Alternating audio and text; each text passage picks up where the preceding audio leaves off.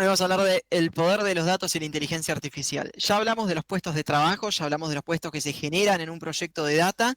Ahora quiero, ya que hablemos bien orientado a lo que son los datos y cómo esto nos permiten tener inteligencia artificial. O sea, sin los datos no tenemos IA, básicamente. Por lo menos no la IA que nosotros conocemos. Y bueno, primero, antes de hablar de la era de los datos, quiero agradecerle a Cini Ro por haber hecho toda esta presentación. Si están viendo esto, gracias porque quedó una maravilla. O sea, yo soy re fan de cómo quedó todo esto. Así que, bueno, bien. ¿Por qué utilizamos datos? ¿Sí? ¿Por qué utilizamos datos? ¿Por qué las empresas utilizan datos? ¿Por qué hay tantas startups que le ofrecen servicios de data a las empresas más grandes del mundo y más poderosas del mundo? Y lo utilizan y pagan millones por servicios de data. Primero, para mejorar los productos, que es lo más obvio, ¿no? O sea, si nosotros tenemos información que nos puede servir para comprender más al cliente, comprender más a la competencia, comprender un entorno, comprender toda una dinámica, nos van a llevar a una mejora continua. ¿Sí? Entonces, la data y todo lo que es el mundo de data science permite contribuir a lo que es la mejora continua. Luego, bueno, entender más al cliente. A ver, eh, un producto puede ser excelente, puede ser genial, pero si no hay un cliente que lo compra, nos quedamos a mitad de camino. O sea, no llegamos a lo que queremos, que es vender lo que sea que una empresa haga, si no está o vendiéndole algo a una persona, a un consumidor final, o a otra empresa para que lo transforme y lo venda, nos quedamos en el camino. Repito, la única persona que no hace eso, persona, es el Estado, que no busca obtener una ganancia, sino satisfacer necesidades por otro lado.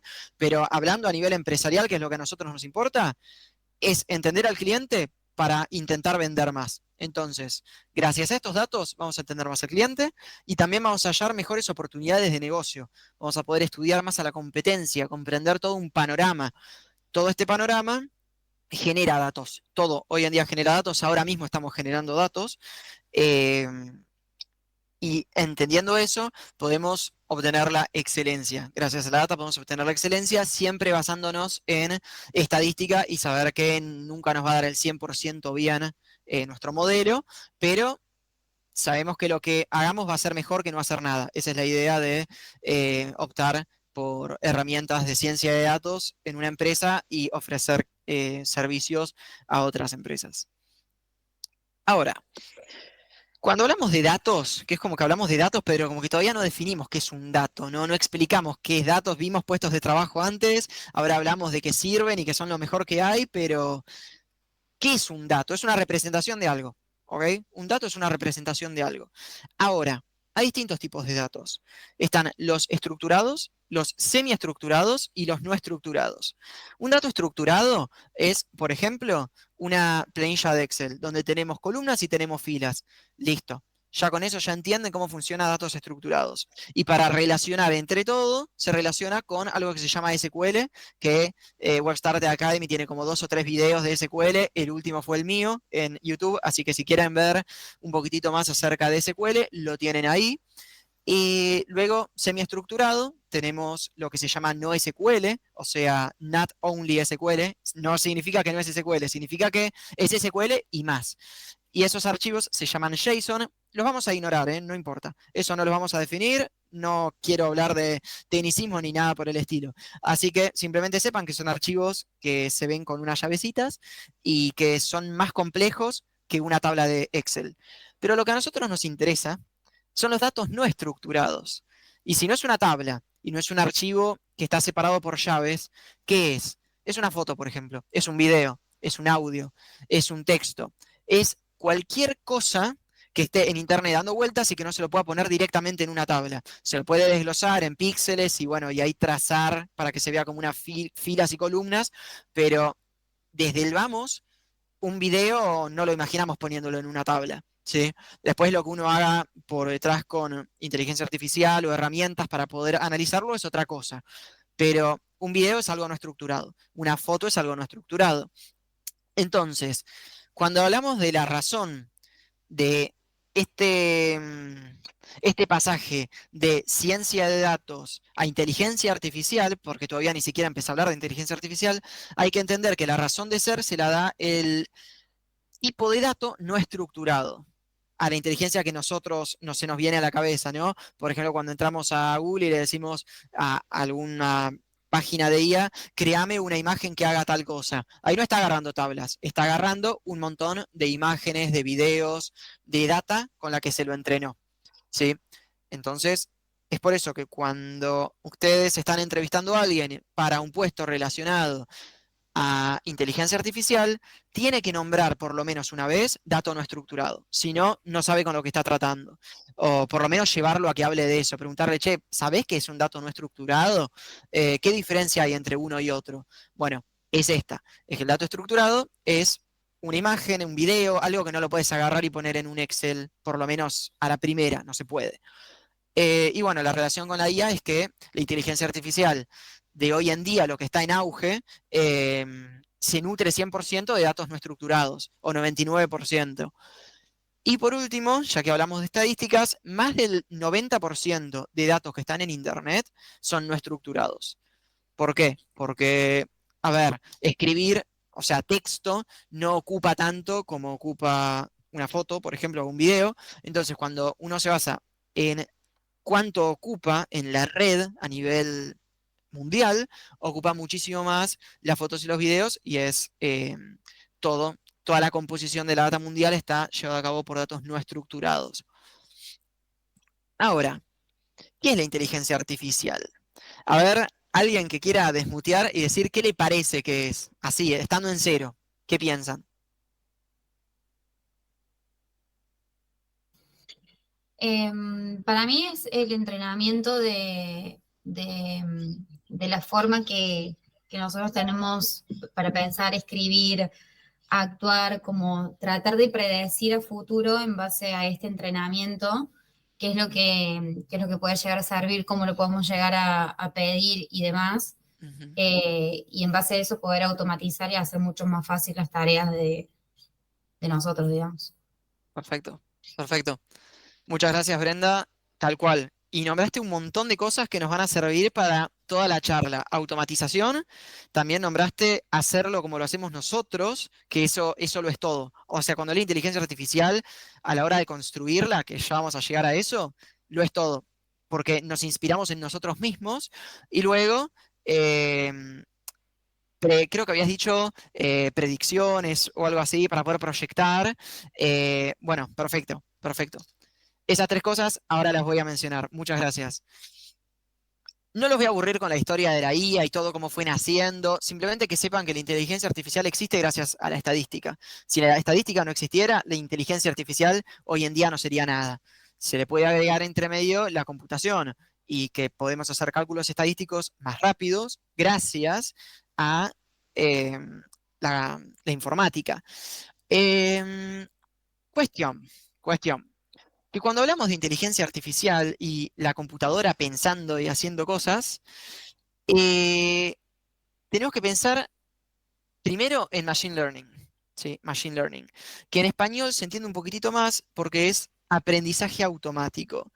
Em, Dentro de Machine Learning, que es el aprendizaje automático, que es, por ejemplo, tengo un negocio y quiero calcular las ventas del negocio para el mes que viene y quiero hacer una proyección. Bueno, eso se calcula con Machine Learning, básicamente.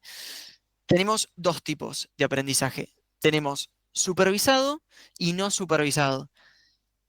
Esto es clave. Acá presten atención porque esto lo van a ver en un millón de propuestas de trabajo, cuando tengan que entrevistar a alguien y se ponga a hablar de Machine Learning y diga, bueno, yo sé aprendizaje supervisado. Bueno, sepan que pertenece acá, pertenece a Machine Learning. Nosotros tenemos dos formas de entrenar a la computadora para que pueda llevar a cabo una tarea. ¿Sí? Por medio de aprendizaje supervisado significa que yo tengo dos variables. Tengo una variable i, que es la variable dependiente, que es la variable que quiero predecir, y tengo n, o sea, un montón de variables de x, que son las que me van a explicar a esta variable. Es esto. Les voy a dar un ejemplo porque es muy, muy, muy sencillo. Volvamos a intentar predecir las ventas. yo voy a tener un montón de cosas que van a influir ahí. Por ejemplo, la ubicación geográfica, la cantidad de clientes, la época del año. Eso significa un componente estacionario, se llama. Por ejemplo, en la costa alguien vende más en verano que en invierno, porque es temporada. Y eso es una variable que incide. ¿A qué? A las ventas. Yo ya sé la respuesta. Yo sé que la respuesta va a ser ventas. O sea, sé que va a ser un monto, sé el formato en el que me va a venir. Puede ser, bueno, en plata o en cantidad. Pero ya sabemos que lo que nos va a tirar va a ser o tanta plata o tanto número de productos que vendiste. Ya tenemos el formato. Pero por otro lado tenemos el aprendizaje no supervisado, que bueno, ya se estarán imaginando que tenemos un montón de variables, en este caso todas estas X, y lo que vamos a hacer es intentar buscar patrones. Por ejemplo, segmentar un mercado. Pero nosotros no partimos diciendo lo que queremos calcular son las ventas. Capaz lo que queremos es, en base a las ventas que tenemos, intentar sacar algún patrón.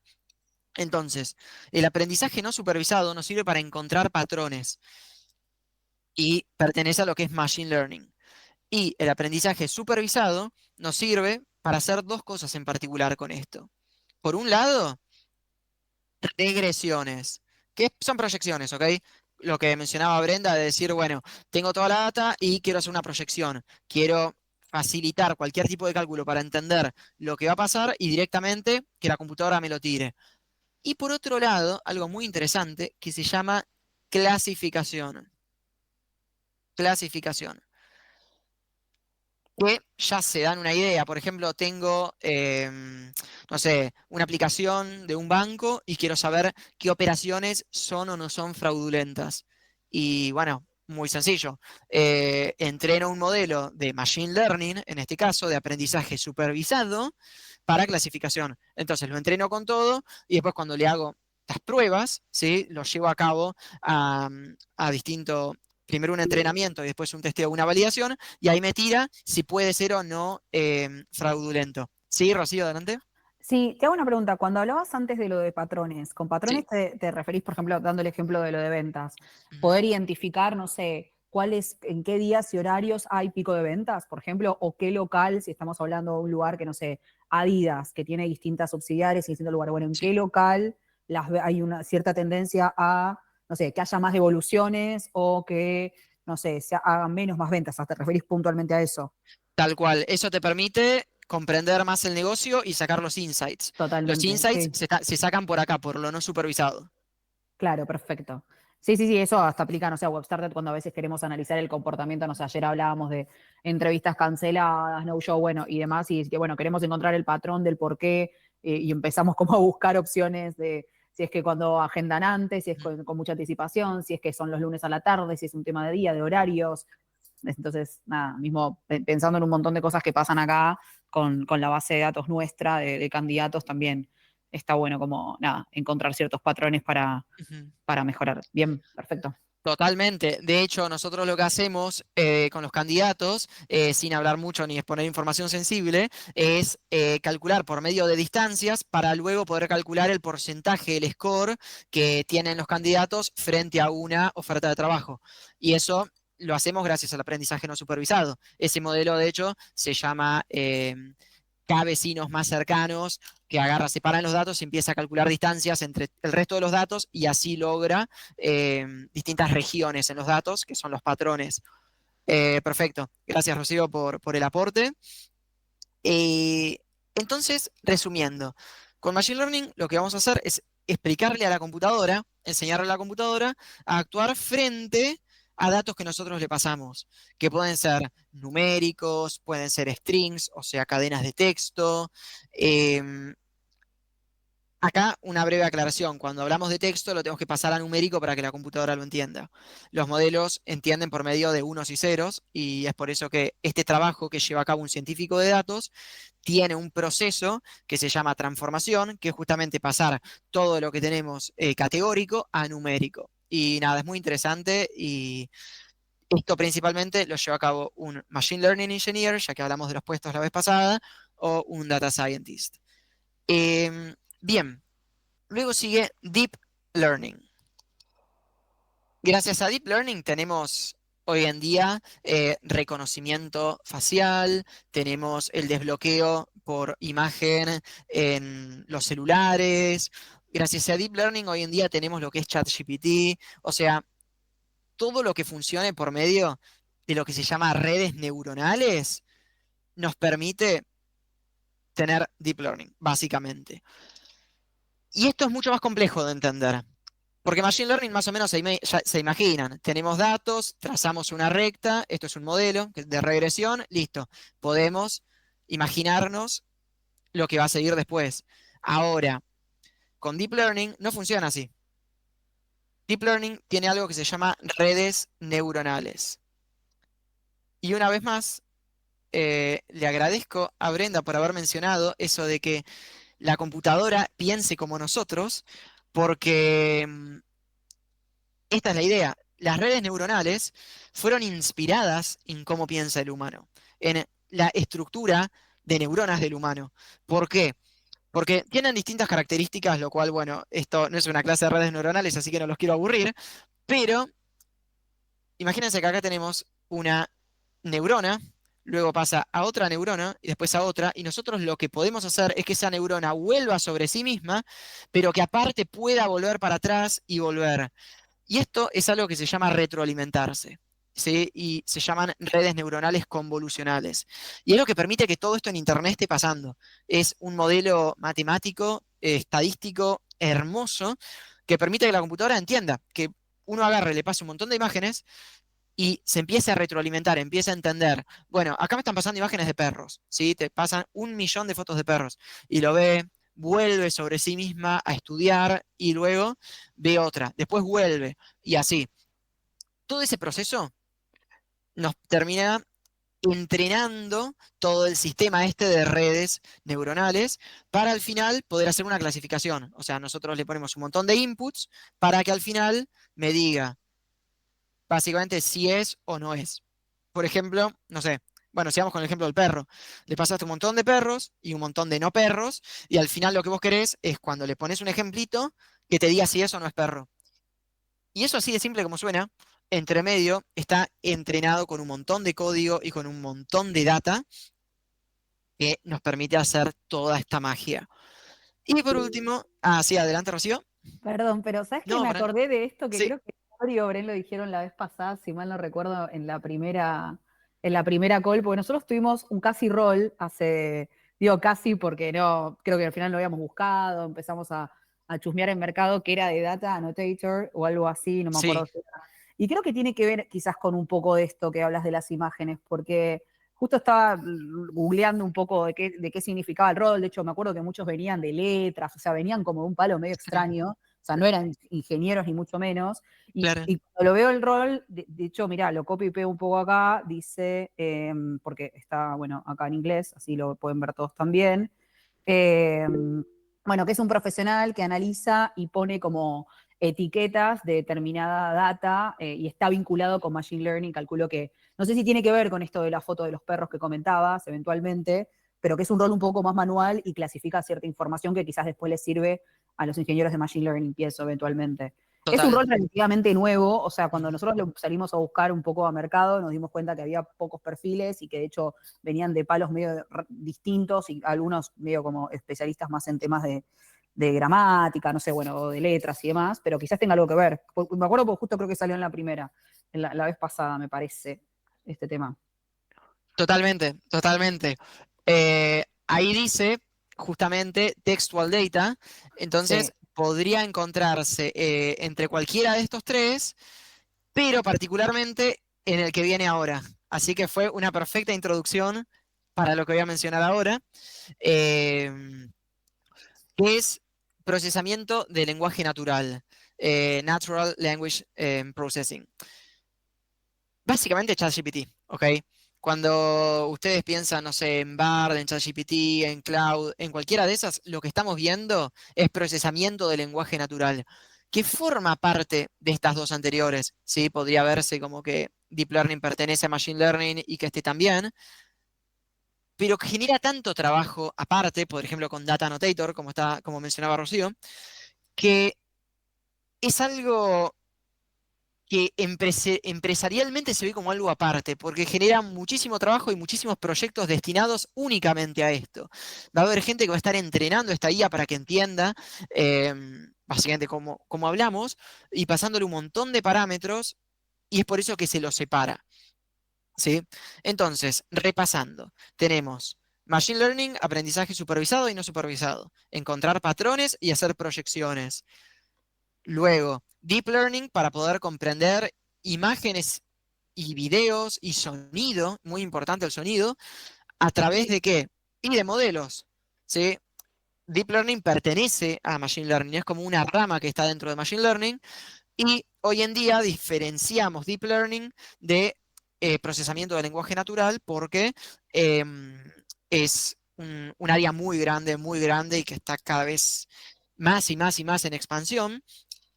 Y bueno, nada, hay muchos trabajos de esto, como lo que mencionaba Rocío, que es charlar con una IA y explicarle cómo funciona un problema matemático, por ejemplo, y que se paga un montón de plata, tal vez por semana, a ese nivel, porque necesitan largar un modelo, no sé, en un mes y quieren que la IA sea lo más inteligente posible. Así que acá tenemos conceptos básicos y ejemplos de IA, sin ir a nada muy en específico, simplemente están como las categorías. Pero bueno, estamos mejor que hace 24 minutos atrás. O sea, ya hasta ahora, ¿qué vimos? Vimos puestos de trabajo en la cola anterior, hablamos de los datos estructurados y no estructurados, y vimos los conceptos básicos de Machine Learning, Deep Learning y procesamiento del lenguaje natural. O sea, estamos muy bien, me parece.